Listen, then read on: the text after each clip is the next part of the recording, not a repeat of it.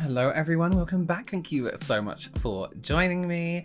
I'm wearing the same thing I wore in the other video because I'm filming it straight after and I'm being lazy and I couldn't be bothered to get dressed. So what I wanted to do for you today is, you know what? I've run out of ideas. So I thought, I googled really bad celebrity makeup and saw what came up. And what I want to do is look through them with you. Let's have a little chat. Let's see what made them not so great. Just before we get into that today, if you're like, who the hell is he to judge what's good and what isn't?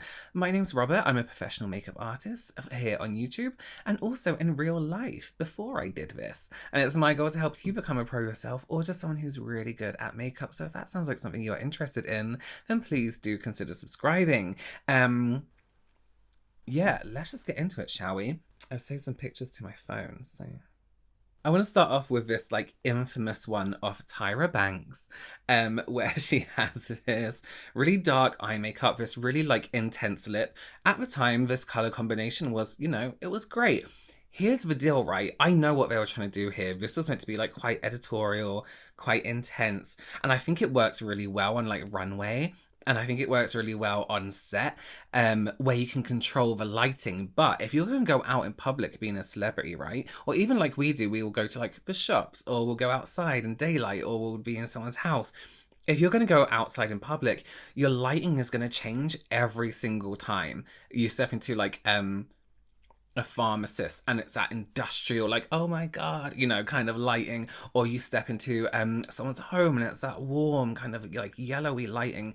So it changes. Black eyeshadow looks different in every single situation, right? For example, this picture where there's clearly a flash, see how it washes out that black? So this kind of intense black, almost messy black, would make sense on a red carpet if it was a certain shape, a particular shape, blended out gently, used as a tone to add depth, or just as a really solid dark smoky eye, but with a controlled shape. This is quite a messy, grungy kind of I think it's meant to look quite oil slicky look, but when that flash goes off, it does just look like a mess, and you can see every brush stroke and everywhere it's been attempted to blend. And then you can see that gold on top of the black where they've tried to make it look iridescent, kind of like that oil slicky look, and it just doesn't work under those circumstances. So under controlled lighting on a shoot or on runway, this kind of messy look would look great, but no, for everywhere else. Next up, Mariah Carey. Hey. Yeah. Now, I always talk about this blush colour because it's the kind of tone where you have to be really, really careful putting it on certain skin tones. Everyone can absolutely wear what they want, absolutely fine. And we're talking about makeup theory here, so you don't have to listen to it. It's just a thing. But with these kind of pastel shades, Mariah Carey could wear a pink for sure, but pastels, I always find you have to be really careful because it does verge on that could be grey, could be slightly ashy when it goes on the skin. So that's the only real mistake that was made here, to be fair. And I see what they've done with a lip. And I see what they've done with a lip colour as well. It's almost trying to be that combination situation. And that lip colour looks great, looks absolutely fine. It's just that blush, that intense blush. Colours, of course, in makeup, like in most kind of art forms, are going to change when you layer them up. So do bear in mind. Do just bear that in mind. Yeah. I forgot this lady's name. Is it Julia? I want to say Julia. Here's what's happened, right? For some reason, she has this kind of more, it's like a mix between a diamond face shape and also one that's a little bit more, it's not heart-like, but it almost has a heart-like here, and rounder. So there's a few different things here. I'm not sure why they've put this stripe of contour across her forehead. If anything, on her kind of face shape, we'll take the contour wrapped, almost like what I've done here, wrapped around here, but without this gap, wrapped up that way. This is a bit more of a dramatic look, but because, again, I hate to use the word correct, but on this kind of face shape, she has this wonderful jawline, a wider forehead that comes out this way, and on the faces that tend to be wider, you kind of want to level it out with this part of the face, so you kind of want to push it in a little bit. So you would achieve that by contouring this and then stopping at the cheeks. So what they've done with her forehead there is visibly made it look wider, like longer across. This is why sometimes, you know, when you see people draw on their face just random contour stripes and everyone does it in the same place, it's not the same for everyone because it can look, you know, like this. I like the eye makeup. I think it's really nice. And what we should bear in mind as well when we're looking at these pictures is that these pictures are showing us what real skin texture look like. It's not been retouched, it's not been, you know, and that's real life. I think we assume that, you know, everything should look a certain standard of perfect when actually in real life it doesn't at all and no one can achieve that standard of perfect. Okay, Jennifer Lopez. Oh. I'm guessing this was, like early 2000s or something like that. Here's a few things I want to say about this look. The only thing that has a definite outline is the lashes and the eye makeup. And it's given this weird kind of like, I don't know, a really strange look. The eye makeup is literally like a shape. It hasn't been blended really at all. Okay, so let's start with the lashes. It's a bit too bitty. If that makes sense, it would be nice to have those little bits in between. And you can achieve that with a lash by using that lash and stacking another thinner lash on top. Absolutely fine. It wouldn't be too heavy either. It's like nothing is defined in the look at all. It's a really strange look. And the lip, of course, at that time, that was a great lip colour. But again, it's that dark hair with that lip shade doesn't look quite right with the rest of the makeup. I don't know what else to say about that one, to be honest with you. I'm not sure what to say. Baking. Baking. Oh, baking. I think we get it, right? Okay, let's talk about Selena Gomez. Now, this is going to be a really unpopular opinion, but I quite like this look. I do like that nude lip. I think it needs a little bit more of her fleshy tone to it to make it look truly nude. And I like the eyes and I love her brows. But you know what I think it is about this look is it needs to be constantly, the skin needs to be constantly matte. Otherwise it looks too shiny. But it's almost impossible because you have to touch it up like every 5 seconds, you know? I don't mind this look. I know people are like, oh, her fake tan, but I don't see it. I actually quite like it. And I think I understand what the look was. It's very clean. It's meant to look very fresh, you know? It's just the bronzing that maybe I would have calmed down on a little bit more and maybe made it less orangey, I would say. But I like it. I like that look. Okay, let's look at these pictures of Kelly Osbourne, right? This is one of those classic cases of somebody using the wrong undertone foundation. There seems to be this thing in makeup at the moment, right? When I was taught makeup, and I'm sure when a lot of makeup artists out there were taught, we were very much taught how important it was to match people to their undertone. To get the right foundation. And, you know, if skin needed altering, match their undertone first and then fix, you know, whatever you need to on top. But there seems to be this thing at the moment, and it's in like these like makeup academies as well. People just use yellow foundations. Full stop. Everyone is yellow. Everyone has to have yellow. That's not the case. Because when a picture goes off like this, and this is quite, I'm pretty sure this picture has been retouched because that's almost version on green. It's so yellow. But again, depending on the lighting situation, it can look that tone. So we need to be really careful of what undertones you're using and make sure you are matching your clients, if you have clients, or yourself to the right undertone. Yes, yellow is great because it kind of neutralizes red. Same with green, you know, that kind of thing. But at the same time, do that afterwards, you know, or do that before with a bit of color corrector or a bit of concealer, and make sure your skin tone matches your skin tone.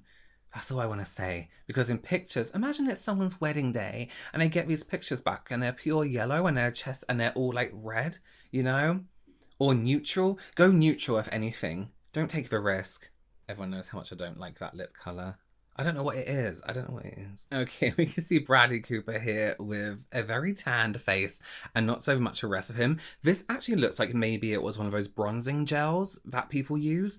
Because it's meant to be a little bit more natural, a little bit more man-like, you know? A lot of men makeup for men brands sell them, but they're actually not that easy and simple to use. They can almost stain the skin if not blended in properly. And actually, I wouldn't even consider that like a beginner's product, assuming that most men that go for men brands makeup don't really want to go too much into makeup and it may be their first time using makeup. So you can see where it's been taken into the beard, but it just completely stops.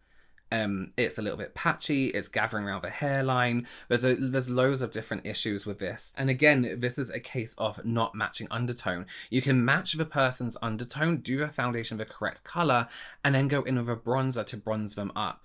I just don't think it's the best way to go into makeup to deepen someone's skin tone by just whacking on a deeper shade. No, no, no. If they're fake tan everywhere else except their face, or some people, use sunbeds everywhere except their face, then absolutely. But okay, let's take a look at Jessie J.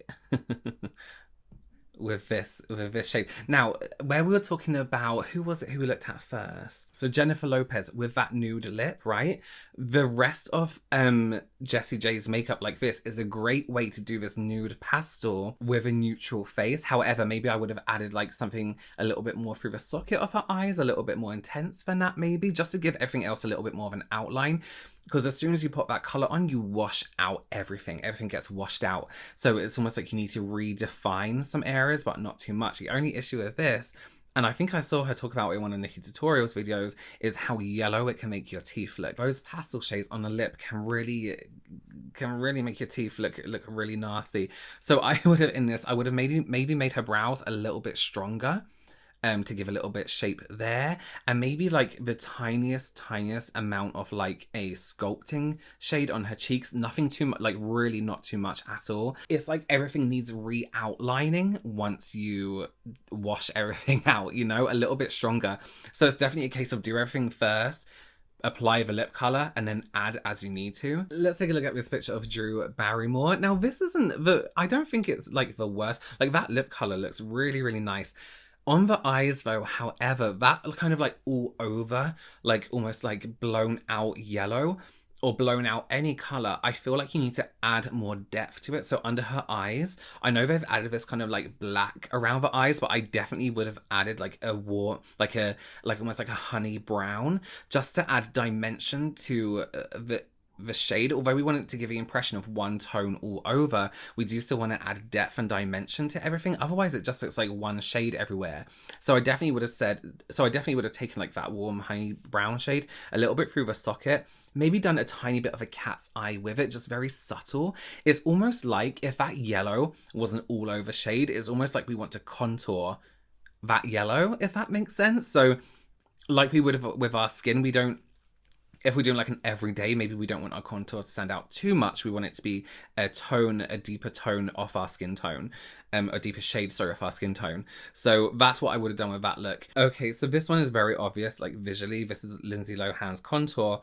Listen, there was a time, and I believe it's when when makeup started to get like quite popular on YouTube, where people were doing the most horrendous contours and highlights, and they were kind of molding them together, and people would be walking around with these pure grey metallic and not silver. It was like grey metal highlights. I think everyone just kind of got carried away.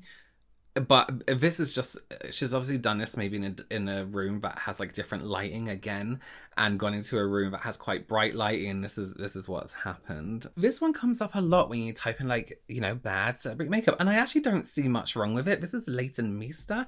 What does she do? She's on Gossip Girl. I never watched that. But here's maybe what could have been done. Everyone's saying like too much blue eyeshadow, too much red lipstick gives an unflattering look for her. I actually don't agree. I think the tone of lipstick they've chosen is really, really nice for her skin tone. I also think the blue is really nice because it's more that it has a very slight hint of like a lavender tone to it in this picture. The reason why it may look a little bit off balance, again, is that definition under the eye. I think we need a little bit more definition. We can't just do a line in the eye because it gives us a really solid, sharp line and makes the eye look a little bit smaller. So I definitely would have defined maybe a deeper blue under the eye there, again, to give it depth and dimension as well. And actually, you know what? I would have skipped the blush on this one because the blush makes it like lips, pink, blue, and it does give it that kind of unflattering colour story. And again, I would have defined her brows a little bit more. And I don't mean like a block. I would have gone through and done like strokes, individual hair strokes, and added a little bit more definition to those brows.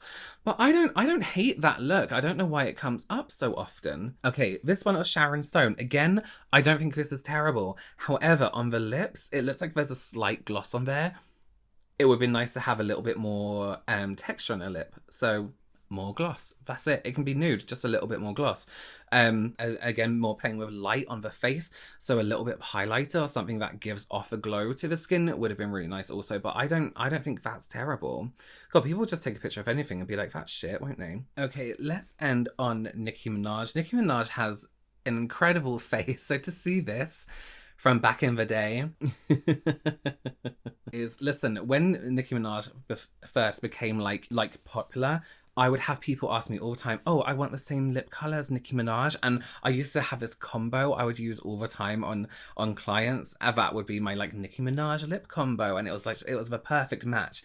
And that was a thing. That was a thing for ages. One thing I've noticed about Nicki Minaj's older makeup back in the day, it was very much shapes, if that makes sense. So her eyelashes were this shape, they're very like plasticky looking lashes as well, but they would always come out a lot further than her actual eye, which is absolutely fine because it gives the impression of a longer eye, but it was very obvious, if that makes sense. It went out like this. It would be nicer if it kind of went up and feathered across.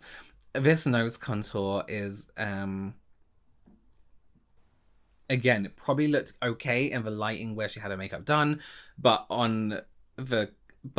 in real life, it's just, this is why it's so important to blend. And when we're doing like contour, you don't always have to use a highlight and then a contour. You can literally just contour down the side of a nose and stop, because in comparison, this bit is always going to look, you know, straighter then, right? You don't then have to add a white stripe down the middle, or if you want to, add a white stripe down the middle, you know. But that's just a very poorly executed nose contour. Very poorly done. Okay, well, I think I'm going to stop there because I find myself speaking really quickly through them, and I feel like this video is going to be about 10 seconds long.